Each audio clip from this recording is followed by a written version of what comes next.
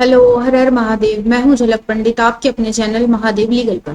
तो जैसे कि आप जानते हैं कि हम पिछले कुछ दिनों से भारतीय न्याय संहिता के विभिन्न अध्यायों के विषय में जानते आ रहे हैं। तो इसी क्रम में आज हम भारतीय न्याय संहिता को अपनी ओर से जो है अंत कर देंगे और अंत की ओर ले जाएंगे। आज दो अध्याय शेष हैं, जो अध्याय 18 और अध्याय 19, जिनके विषय में आज हम बात करेंगे। और शायद हो सकता है कि आज इसका हम अंत भी यही कर दे। इसके बाद फिर कोई नया विषय, नया अध्याय, फिर नई बातें शीघ्र ही प्रारंभ की जाएंगी। जहां तक मेरा मानना है तो चीजें आपको समझ में आ रही होगी और आप लोगों ने कनेक्ट भी की होंगी। और एक भी लेक्चर हमारा 1 घंटा या आधे घंटे तक का नहीं है, आपका समय भी उतना नहीं जा रहा होगा। आप 5, 10, 15 मिनट के भीतर भी बहुत सारे धाराओं को, बहुत सारे सेक्शन को अपने भीतर समाहित कर पा रहे होंगे। तो कृपया बहुत सारे लोगों के बीच में, अपने ग्रुप्स के बीच में, जितने भी आपके कलीग्स हैं सबके बीच में, सबके मध्य में अपने चैनल को शेयर कीजिए, जिससे ज्यादा से ज्यादा लोग इसका लाभ उठा सकें। तो आइए बात कर लेते हैं जो शेष अध्याय हैं उनकी। तो आज हम इसी क्रम में बात करेंगे अध्याय 18 की, जो बात करता है, जिसका प्रारंभ धारा 335 करती है। धारा 335 कहती है कि मिथ्या दस्तावेज रचना।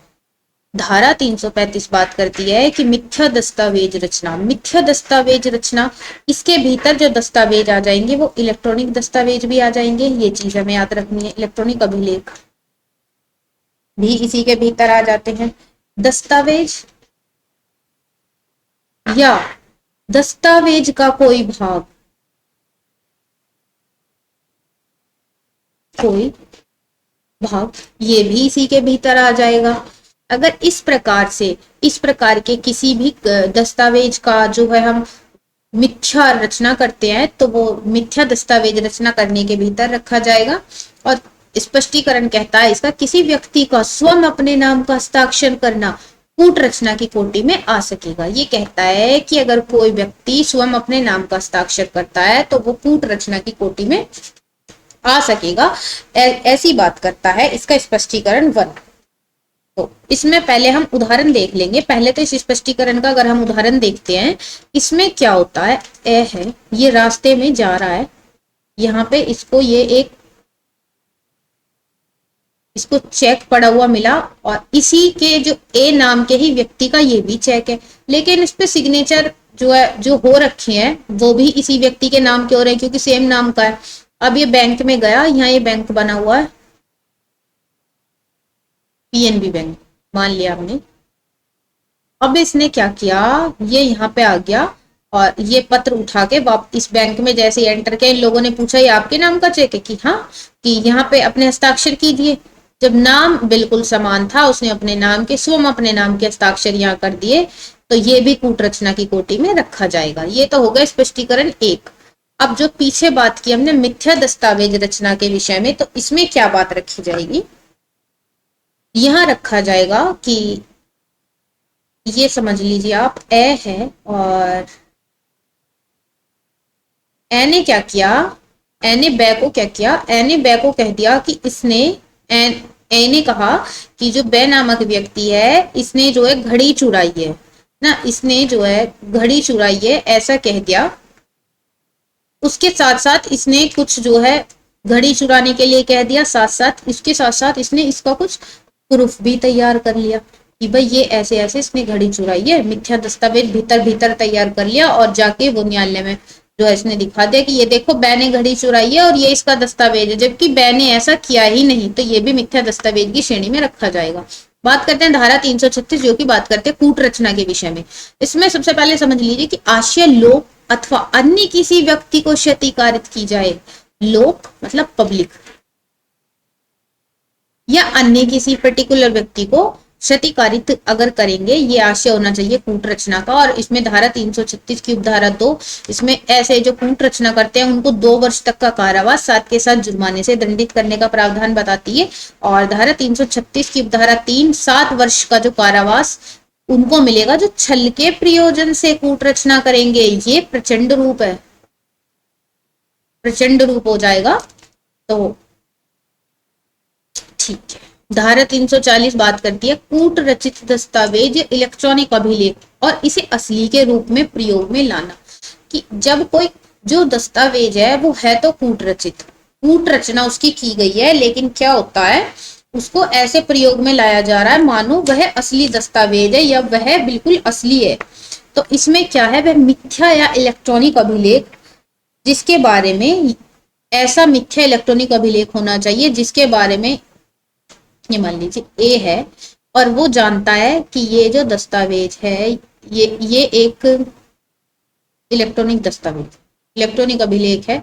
अभी क्या होता है, ए जानता है और विश्वास रखता है कि ये मिथ्या है, ऐसा होने पर भी वो उसको असली असली दिखाकर दूसरों को, मतलब न्यायालय में ए जानता है कि ये झूठा है, ये झूठा दस्तावेज है, फिर भी न्यायालय में जाकर के ये इसको पेश कर देता है और असली के समान ही इसकी विशेषता बताते हुए इसको बिल्कुल जो ओरिजिनल है इसको ऐसा बताते हुए न्यायालय के समक्ष पेश कर देता है।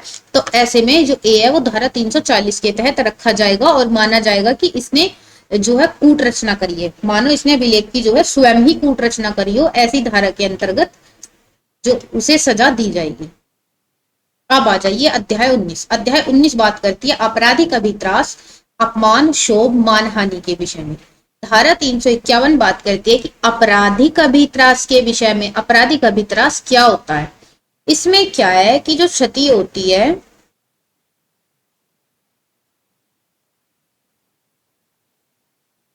Victim to the person associated with victim, इसमें क्षति या तो होनी चाहिए, विक्टिम को क्षति होनी चाहिए, या जो व्यक्ति का जो विक्टिम है उससे उससे संबंधित कोई अन्य व्यक्ति है यदि उसको क्षति कारित होती है। एक मिनट जरा मैं रुकेंगे।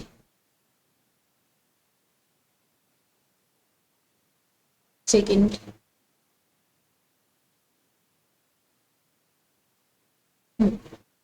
इस प्रकार की धमकी दी जाए कि जब व्यक्ति का दिमाग भय के अधीन हो और कार्य करना बंद कर दे, अलार्म क्रिएट करने का इंटेंशन हो कि सामने वाला डरा या नहीं मायने नहीं रखता, अलार्म क्रिएट करने का इंटेंशन होना चाहिए, ये मायने ही नहीं रखता कि सामने वाला व्यक्ति डर रहा है अथवा नहीं डर रहा है।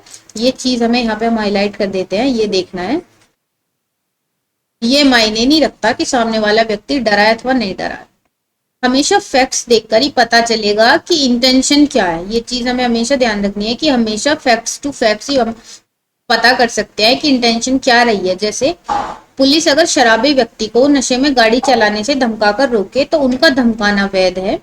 अगर पुलिस वाले हैं, वो एक शराबी व्यक्ति नशे की हालत में गाड़ी चला रहा है, पुलिस वाले उसको धमका देते हैं, तो यहाँ जो उनका धमकाना होगा, एक मिनट, वो धमकाना वैध होगा। ये और रमेश चंद्र अरोरा बनाम स्टेट AIR 1460, इसमें बताया गया कि ए ने बी को उसकी बेटी का रेप करने के लिए, ए ने बी को उसकी बेटी की रेपुटेशन खराब करने के लिए क्या किया, धमकी दी और पैसे मांगे। धमकी दी और पैसे मांगे। ए ने पहले तो बी की बेटी का रेप किया, उसकी फोटो क्लिक कर ली, उसकी वीडियोस बना ली। अभी उसने क्या किया, धमकी देके फोटो और वीडियोस उसने बनाने के बाद बी से कहा कि या तो तुम मुझे पैसे दे दो अन्यथा मैं तुम्हारी बेटी की रेपुटेशन खराब कर दूंगा। तो यहाँ पे क्या हुआ, ये साउंड तो एक्सटोर्शन की तरह करता है, साउंड तो एक्सटोर्शन की तरह कर रहा है, लेकिन ये साउंड एक्सटोर्शन की तरह कर रहा है, फिर भी सुप्रीम कोर्ट ने इसको आपराधिक अभित्रास कहा है, आपराधिक अभित्रास की श्रेणी में रखा है। और यहाँ हम इसके जो ये AIR है इसको आप इसको रहने दीजिए, आप अपने एंड से चेक कर लेना एक बार इस पे क्या AIR रहेगा, हम थोड़ा कंफ्यूज हैं। और एक चीज और हमें अब पीछे बतानी थी शायद आपको, ये हम आपको बता दें, पर इसको ये बीच में छूट गया, हमने ध्यान नहीं दिया, अभी बताते हैं आपको कि क्षति कारित कर रहे हैं तो विक्टिम को कैसे। अगर विक्टिम को करेंगे कि ए ने बी से कहा मैं तुझे मार दूंगा, जान से मार दूंगा, ये तो हो गया विक्टिम के लिए, मार दूंगा। अब associated person associated with victim, जो विक्टिम से संबंधित पर्सन है, पर्सन है, व्यक्ति है, जो कोई व्यक्ति विक्टिम से संबंधित है, उसका अपना है, मान लिया उसकी बेटी है, जो मान लिया ए ने बी से कहा मुझे 10,000 रुपए दो, अन्यथा तुम्हारे भाई का हाथ काट देंगे। चीजें समझ में आ रही है ना, आप कनेक्ट तो कर पा रहे हैं। देखो, अगर विक्टिम की बात होती है कि मैं तुझे जान से मार दूंगा, डायरेक्ट ए ने बी से कहा, ए ने बी से कहा कि मैं तुझे जान से मार दूंगा, अन्यथा मुझे ये अपना घर मेरे नाम कर दे। एक चीज ये हो गई। अब जो बी से संबंधित जो व्यक्ति है, बी का अपना जो व्यक्ति है, उसकी क्षति कारित करने का भय जो दिखा रहा है, ए ने कहा कि ए ने बी से कहा, भय उसके अंदर भय कारित करने के उद्देश्य से कि मैं तुम्हारे भाई का हाथ काट दूंगा, अन्यथा तुम मुझे 10,000 रुपए दे दो। तो ये चीज रहेगी। और आशा है आपको समझ आ रहा होगा, ये चीज हमने आपको समझा दी। AIR आप कनेक्ट कर लेंगे। हाँ, स्पष्टीकरण है कि मृत व्यक्ति की ख्याति को क्षति कारित करने की धमकी, अगर ऐसी धमकी दी गई है और हितबद्ध व्यक्ति को ऐसी धमकी अगर दी जाती है, तो भी वहां, तो भी मतलब वो धारा 351 के तहत रखा जाएगा। और धारा 351 की धारा 2 कहती है कि 2 वर्ष का कारावास साथ के साथ जुर्माने से दंडित किया जाएगा।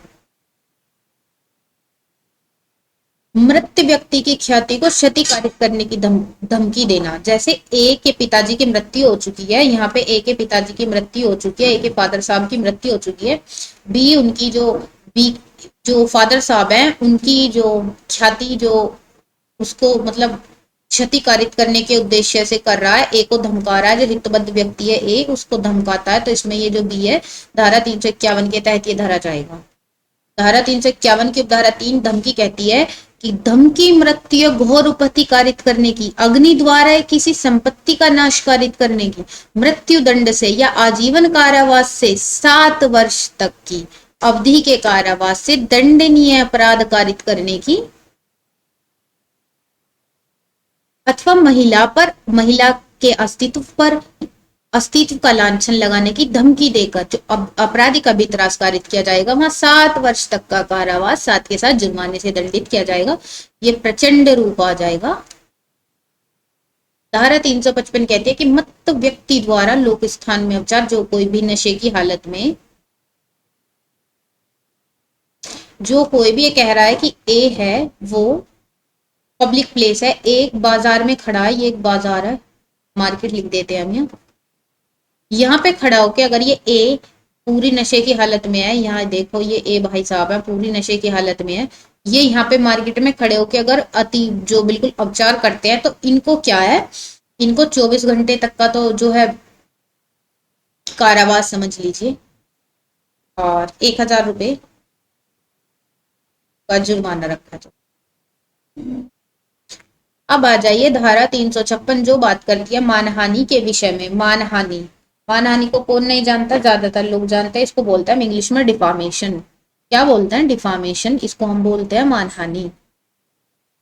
आ जाइए, बोले गए या कहे पढ़े जाने वाले आशायित शब्दों द्वारा, बोले गए या पढ़े जाने वाले आशायित शब्दों द्वारा अथवा संकेतों द्वारा अथवा दृश्य रूपणों द्वारा व्यक्ति की ख्याति की अपहानि की जाए, या तो बोले गए या पढ़े जाने वाले आशायित शब्दों द्वारा अथवा संकेतों द्वारा अथवा दृश्य रूपणों द्वारा व्यक्ति की ख्याति की अपहानि की जाए। व्यक्ति की जो प्रसिद्धि है, जो उसका जो व्यक्ति की प्रसिद्धि है, जो उसकी ख्याति है, उसकी अपहानि यदि करी जाएगी तो वो मानहानि के अंतर्गत रखी जाएगी। और जो ऐसा कार्य, ऐसा अपराध कारित करने वाला व्यक्ति धारा 356 के अधीन अपराधी समझा जाएगा।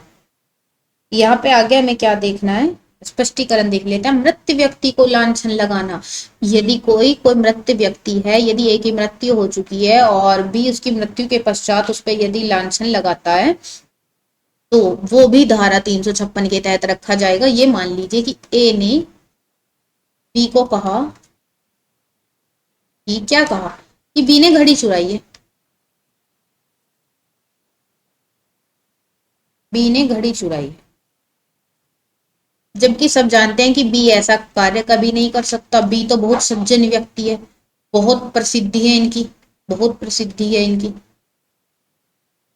अभी क्या हुआ, इन्होंने जब बी के ऊपर लांछन लगा दिया तो बी की जो इन्होंने मानहानि कारित कर दी, यहाँ ए धारा 356 के तहत रखा जाएगा और ए अपराधी भी यहाँ माना जाएगा। हाँ, वैसे ही यहाँ मृत व्यक्ति को अगर लांछन लगाने वाली बात आती है तो यदि ए की मृत्यु हो जाती है और बी मृत्यु के पश्चात उस पर अगर कोई लांछन लगाता है, मानहानि कारित करता है, उसकी प्रसिद्धि को भंग करने का प्रयास करता है, तो वहां पे भी बी को जो है धारा 356 के तहत ही रखा जाएगा।